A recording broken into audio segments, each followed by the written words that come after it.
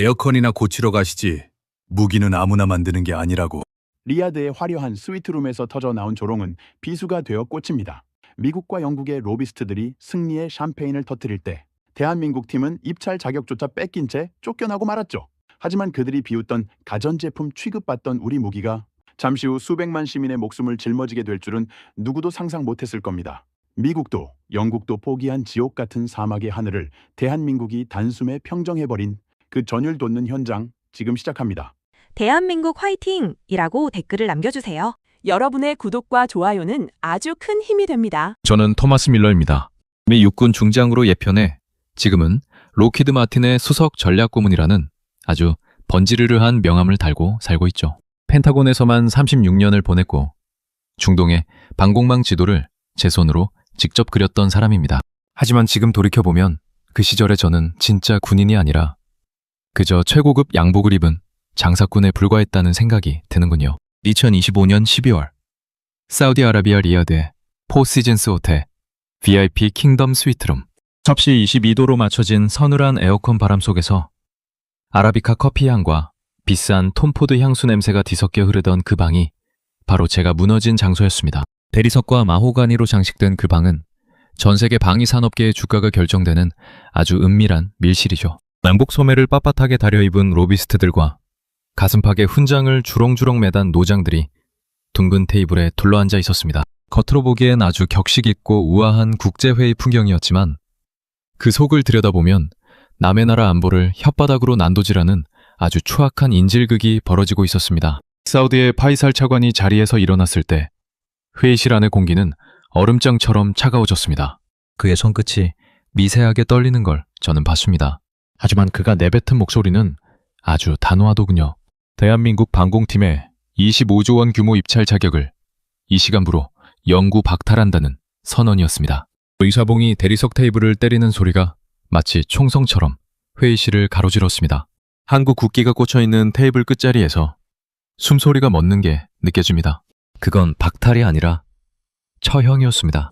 파이살 차관의 말이 끝나기도 전에 제 옆자리에 앉아있던 아더 루이스가 움직였습니다.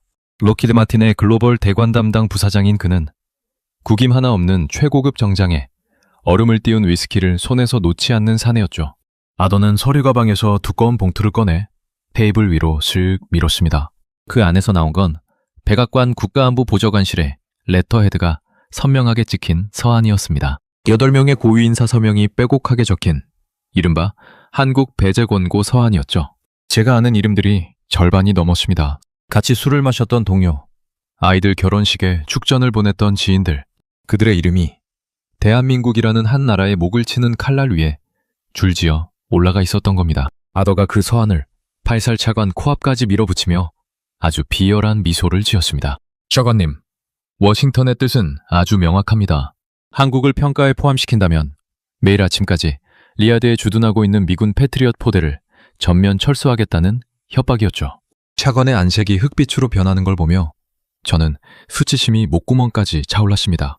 안보를 볼모로 잡은 비겁한 거래라는 걸 36년 군 생활을 한 제가 모를 리 없었으니까요. 대각선 자리에서 위스키 잔이 찰그랑 부딪히는 소리가 납니다.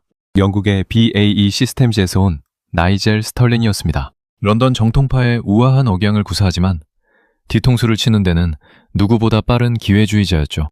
그는 아더를 향해 축배를 들더군요. 그건 한국의 장례식에 바치는 비열한 축배였습니다. 이스라엘 측 로비스트들도 고개를 끄덕이며 잔을 맞대는 신용을 했습니다.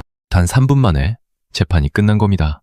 판사도, 배심원도, 검사도 전부 한패인 상황에서 피고인은 변론 한마디 못해보고 사형 선고를 받은 셈이었죠. 나이젤이 한국 대표단 쪽을 향해 고개를 돌리더니 아주 거들먹거리는 말투로 한마디 던졌습니다.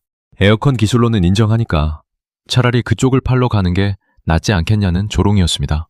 그 말을 듣고 이스라엘 로비스트 하나가 킬킬거리며 웃는데 제 속이 완전히 뒤집어지더군요. 전쟁 영웅이라는 타이틀을 달고 살았던 저였지만 이 양복쟁이들의 비열한 짓거리를 눈앞에서 지켜보며 입을 꾹 다물고 있어야 했습니다.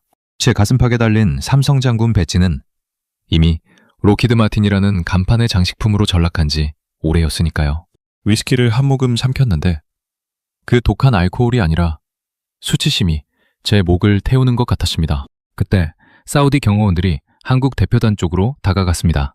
그들의 손이 거칠게 뻗어 한국 팀의 노트북 덮개를 탁 닫아버리더군요. 회장을 간여하는 겁니다. 25조 원짜리 사업에서 개 사냥당하듯 쫓겨나는 그 비참한 순간, 한국의 강대호 대령이 자리에서 일어났습니다. 짧게 깎은 머리에 찔러도 피 한 방울 안 나올 것 같은 강직한 턱선을 가진 군인이었죠.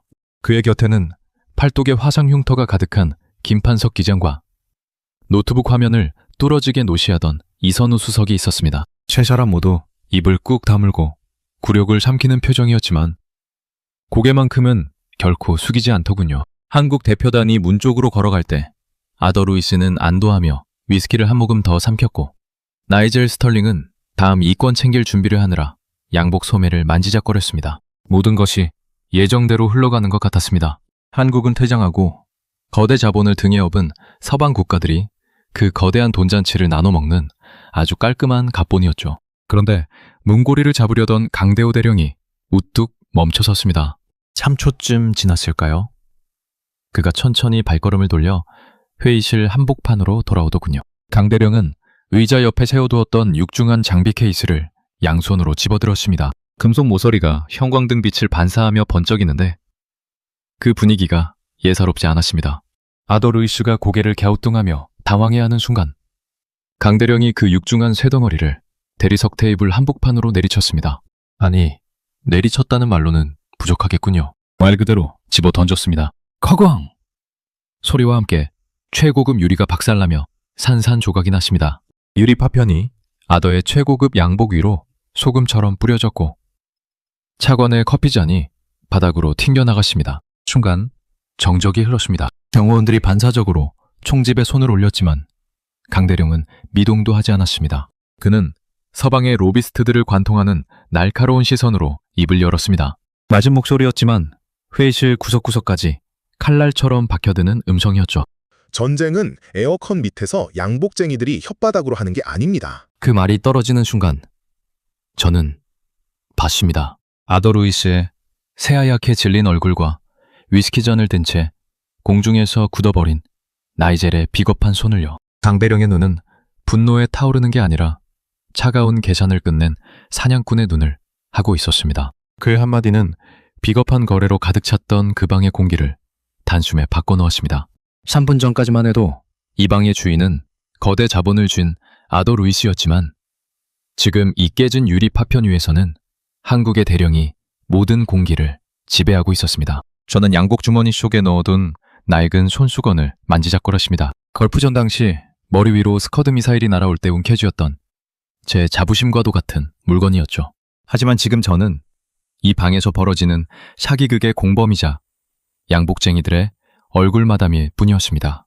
한국 대령이 던진 건 장비 케이스가 아니라 저라는 인간의 비겁한 바닥을 깨트린 망치였습니다. 깨진 유리 조각 위로 아더의 위스키가 피처럼 번지고 있었고 그 비릿한 냄새가 제 코끝을 찔렀습니다. 그로부터 이틀 후 장갑차의 육중한 뒷문이 열리는 순간 저는 숨을 쉴 수가 없었습니다. 섭씨 55도. 수치로는 알고 있었지만 살갗을 파고드는 그 열기는 전혀 다른 차원의 고통입니다. 뜨거운 공기가 폐를 찢어발기듯 밀려들어오고 코와 입 사이로 미세한 모래알갱이들이 비집고 들어오더군요. 눈을 뜰 수조차 없습니다. 초속 30m의 모래 폭풍은 피부를 사포로 문지르는 듯한 통증을 안겨줍니다. 이곳은 알슬라의 제3사막 전술 사격장. 에어컨 바람이 나오던 호텔 뮤실과는 완전히 다른 세계. 그 자체로 지옥입니다. 장갑차에서 내린 아더 루이스의 꼴이 가관입니다. 북임 하나 없던 최고급 양복은 단 1분 만에 걸레짝이 되어버렸습니다. 모래가 어깨 사이로 파고들고 기름기 흐르던 머리카락은 흙덩이처럼 엉겨붙어 버렸죠. 아더는 팔로 얼굴을 가리며 비명에 가까운 소리를 지르지만 광포한 폭풍 소리에 묻혀 아무에게도 들리지 않습니다. 영국의 나이젤 스털링도 사정은 마찬가지입니다. 런던 정통파의 그 우아하던 체면은 첫 번째 모래돌풍에 증발해버린 겁니다.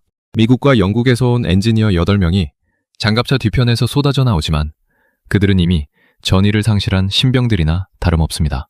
이 사람들의 임무는 패트리엇 레이더와 BAE 해상 센서의 현장 시험을 감독하는 것이었죠. 하지만 장갑차 문이 열린 지 불과 몇 분 만에 전원이 장비를 내팽개칩니다. 모니터 케이스를 모래 위에 그냥 떨어뜨리고 케이블을 질질 끌며 통제 벙커 쪽으로 앞다투어 내달립니다. 에어컨이 돌아가는 콘크리트 벙커 안으로 비명을 지르며 뛰어드는 그들의 모습은 세계 최고의 방산업체 전문가라는 타이틀이 무색할 정도입니다. 저는 36년 군 생활 중 수많은 사막을 밟았고 걸프전 당시 쿠웨이트에서 이틀 동안 물 없이 버틴 적도 있습니다. 하지만 오늘의 이 장면은 제 생애 가장 충격적인 광경으로 기억될 것 같습니다. 그런데 진짜 문제는 이제부터 시작이었습니다. 사격장 남쪽에 대기 모드로 세워두었던 미군 패트리엇 레이더에서 이상한 소리가 들려옵니다. 2천억 원이 넘는 장비입니다. 모래 폭풍이 몰아친 지 20분쯤 지났을까? 레이더 상단의 맹각팬에서 끼익 하는 금속 마찰음이 폭풍 사이를 뚫고 들여오더군요. 저는 본능적으로 알았습니다. 냉각팬이 미세한 모래 알갱이를 빨아들이고 있는 겁니다. 30초 후 레이더 측면 패널에 불길한 붉은색 경고등이 켜집니다. 에러 404 시스템 전면 정지. 미국의 자존심이라 불리던 2천억 원짜리 장비가 모래먼지 한 줌에 허망하게 뻗어버린 겁니다.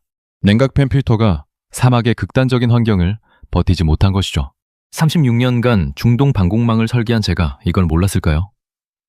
아닙니다. 저는 알고 있었습니다. 수없이 많은 보고서를 썼고 개선을 요구했습니다. 하지만 로키드 마틴은 필터를 교체하는 비용을 아껴 로비 자금을 늘리는 쪽을 선택했죠. 그 탐욕스러운 선택의 결과가 지금 사막 한가운데서 붉은 불빛을 깜빡이며 죽어가고 있는 겁니다. 아도로이스는 통제 벙커 안에서 마이크를 잡고 고함을 지릅니다. 이건 천재지변이라며 평가 무효를 선언한다고 소리치더군요. 뻔한 수법입니다. 현장에서 실력으로 이기지 못하면 규정을 들먹이며 판을 엎으려는 그 뻔뻔함이 구역질이 날 지경입니다. 사우디의 파이살 차관이 벙커 구석에서 이마에 땀을 닦으며 아더를 쳐다봅니다. 그의 눈에는 깊은 피로감과 혐오가 동시에 떠올라 있습니다. 서방의 무기가 자기네 사막에서 스스로 무너져가는 골을 실시간으로 목격하고 있으니까요. 그때였습니다. 벙커의 육중한 철문이 열리는 소리가 들립니다. 안에서 밖으로 나가는 사람이 있는 겁니다. 모든 사람이 살기 위해 벙커 안으로 도망쳐 들어오는 마당에 반대로 그 지옥 같은 폭풍 속으로 발을 내딛는 인간이 나타난 겁니다. 바로 한국 한화에서 온 김판석 기장이었습니다.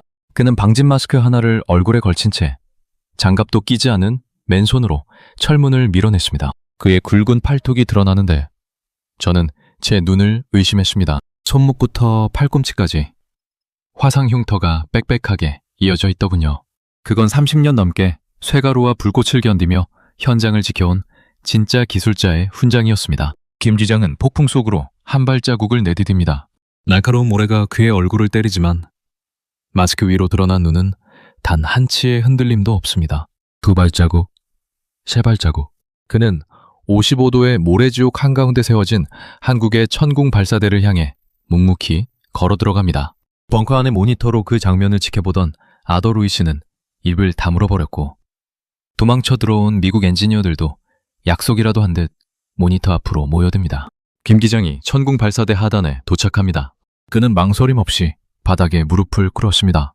밝아진 금속 표면은 섭씨 70도가 넘을 텐데 화상 흉터가 가득한 그의 손은 주저함이 없습니다. 왼손으로 뜨거운 모래를 퍼내고 하부 패널을 열어 젖힙니다. 그리고 몸을 발사대 안쪽으로 밀어 넣더군요. 기어 들어간 겁니다. 그 좁고 뜨거운 공간 속에서 그는 맨손으로 필터를 교체하고 장비를 점검하기 시작했습니다. 정확히 7분이 지났습니다. 발사대 아래에서 기어나온 김 기장의 얼굴은 땀과 먼지로 범벅이 되어 있었습니다. 마스크 아래로 땀이 비오듯 흘러내리고 그의 손등은 화상을 입은 듯 빨갛게 달아올라 있었습니다. 하지만 그는 아랑곳하지 않았습니다. 손등을 작업복에 슥 문지르더니 벙커를 향해 엄지손가락을 치켜 세웠습니다. 준비 완료. 그건 말로 하는 그 어떤 브리핑보다 강력한 선언이었습니다.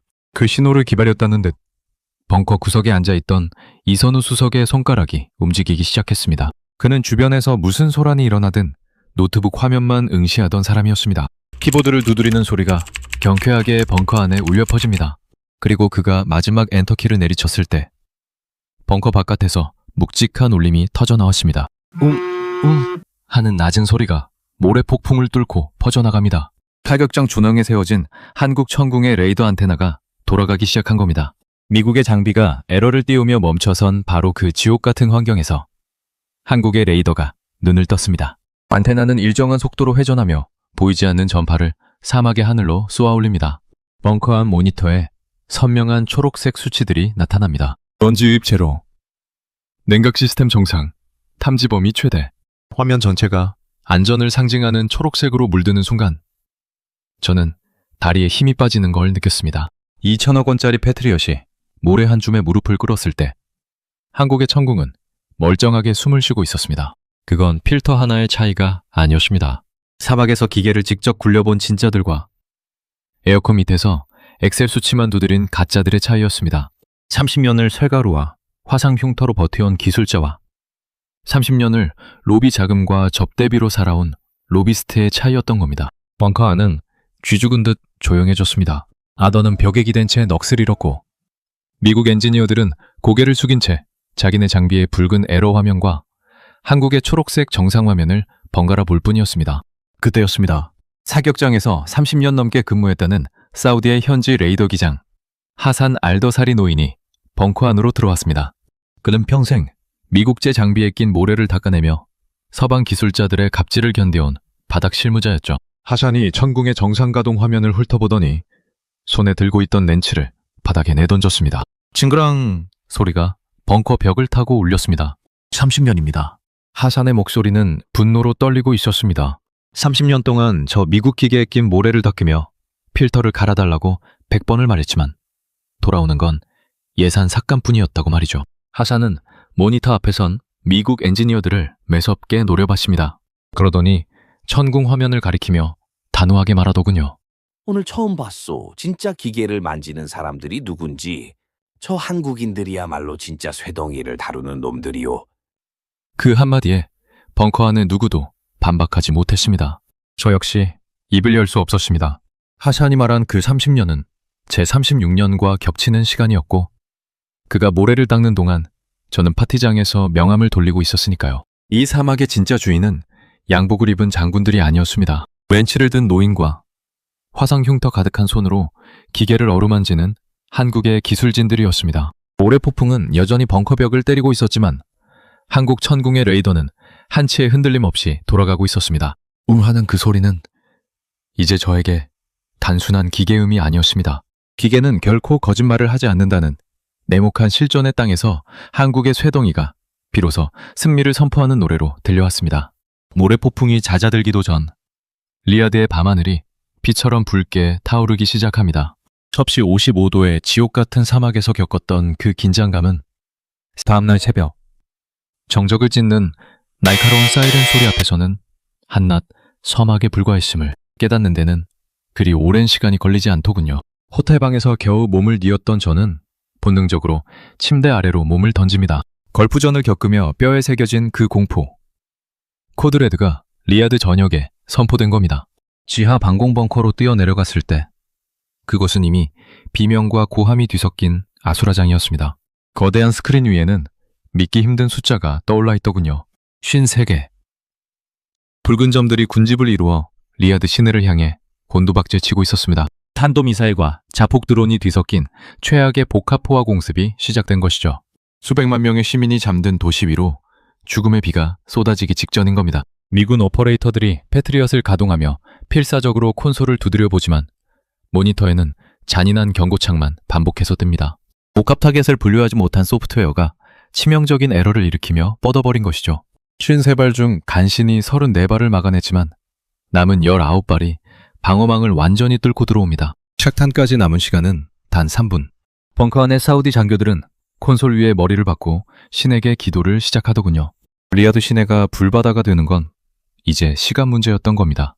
그 절망의 한복판에서 저는 보았습니다. 모두가 패닉에 빠져 비명을 지를 때 벙커 구석에서 일정한 리듬으로 키보드를 두드리는 사내를 말이죠. 바로 이선우 수석이었습니다. 덥수룩한 머리 사이로 번뜩이는 그의 눈은 오직 노트북 화면 속 숫자에만 고정되어 있더군요. 그는 미군 서버가 쥐고 있던 교전 우선권을 강제로 우회하여 천궁의 독자적인 경로를 열고 있었습니다. 승인도 권한도 없는 월권 행위였지만 수백만 명의 생명이 걸린 그 순간에 이선우 수석에게 법적인 절차 따위는 고려 대상이 아니었던 겁니다. 마지막 엔터키가 눌리는 순간 벙커 천장을 뒤흔드는 육중한 진동이 발바닥을 타고 올라옵니다. 벙커 바깥 사막 한가운데서 천궁 발사대 12기가 일제히 화염을 뿜어낸 것이죠. 19발의 한국산 요격탄이 어둠을 가르며 밤하늘로 솟구칩니다. 스크린 위에는 19개의 파란 점이 떠올라 미친 듯한 속도로 붉은 점들을 추격하기 시작하더군요. 이건 추격이 아니라 사냥이었습니다. 요격탄들이 표적의 궤적을 실시간으로 읽어내며 공중에서 붉은 점들을 하나둘씩 지워나가는 그 장면은 전율 그 자체였습니다. 첫 번째 충돌음이 들려옵니다.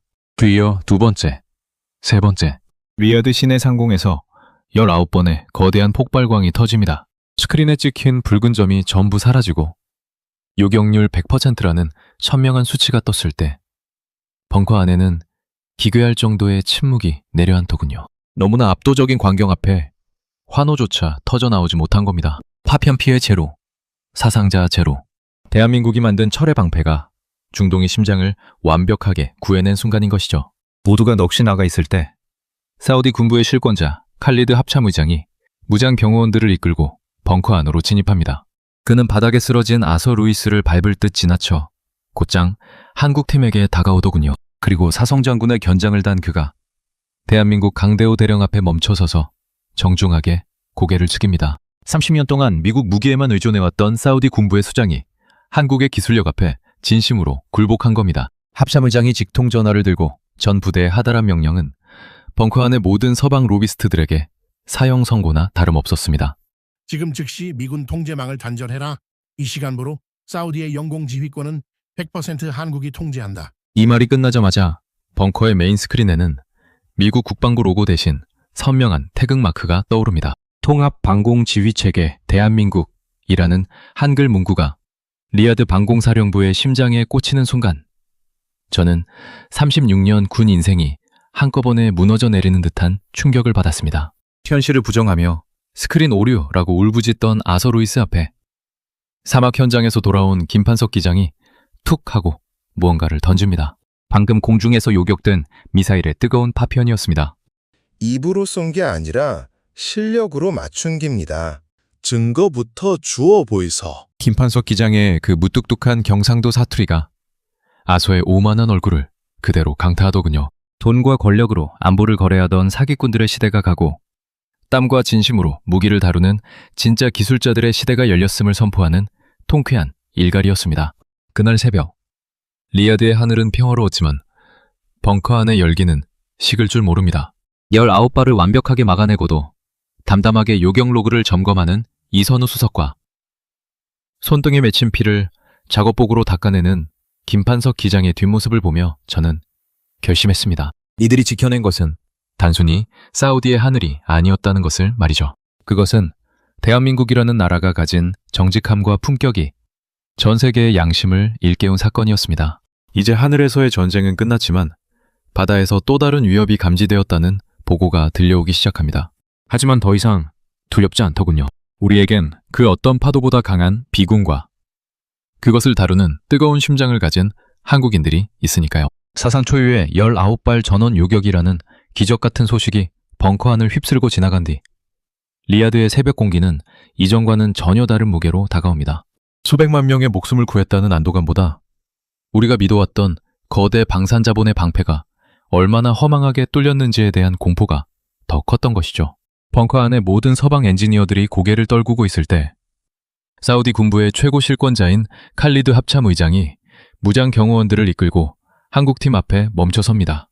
사성 장군의 견장을 단 그가 대한민국 강대호 대령에게 정중하게 고개를 숙이며 경의를 표하는 장면은 그야말로 전율 그 자체입니다. 아소 루이스는 바닥에 주저앉은 채 이건 데이터 오류다 라며 현실을 부정하려 애를 씁니다.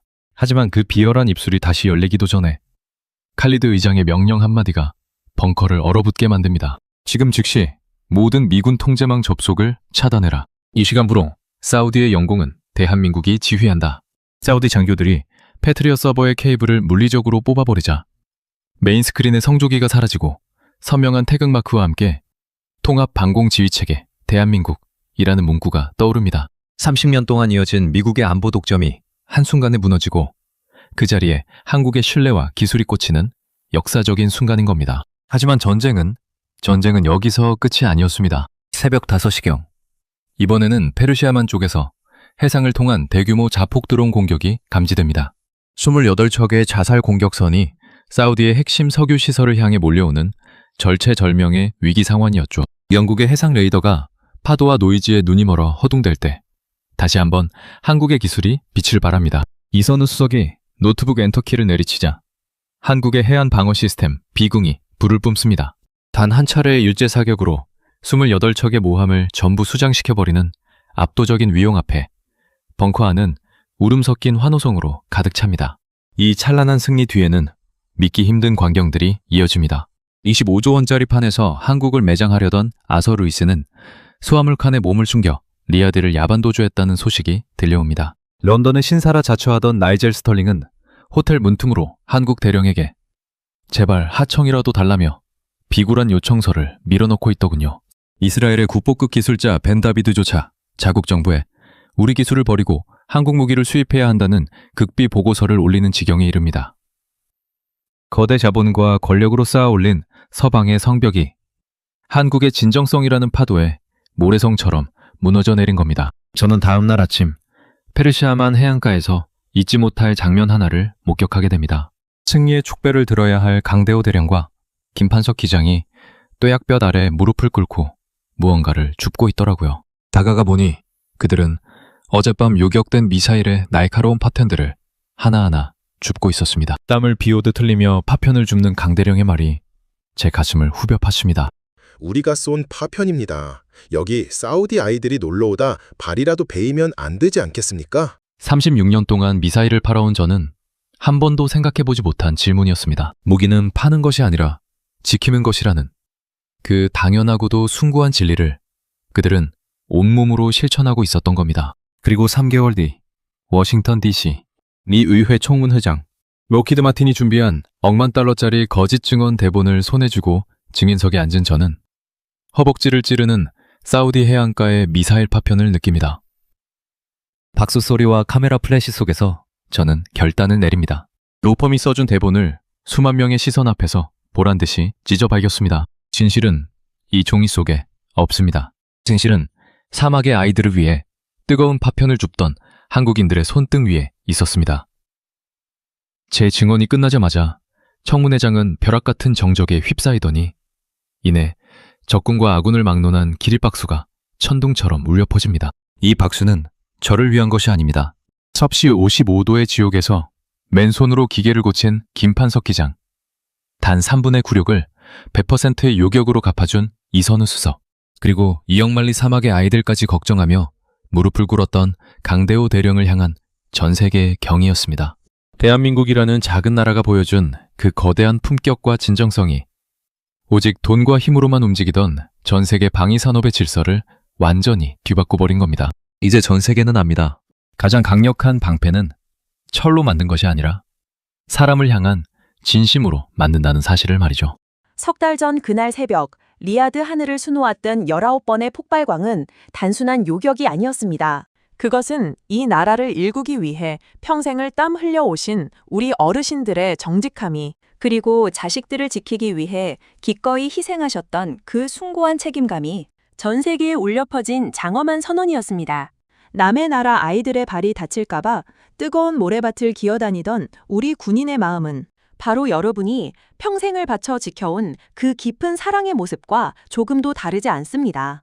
여러분이 삶으로 증명해 오신 그 성실함과 진심이 있었기에 오늘날 대한민국의 기술이 세계의 심장을 지키는 철의 방패로 우뚝 설 수 있었습니다.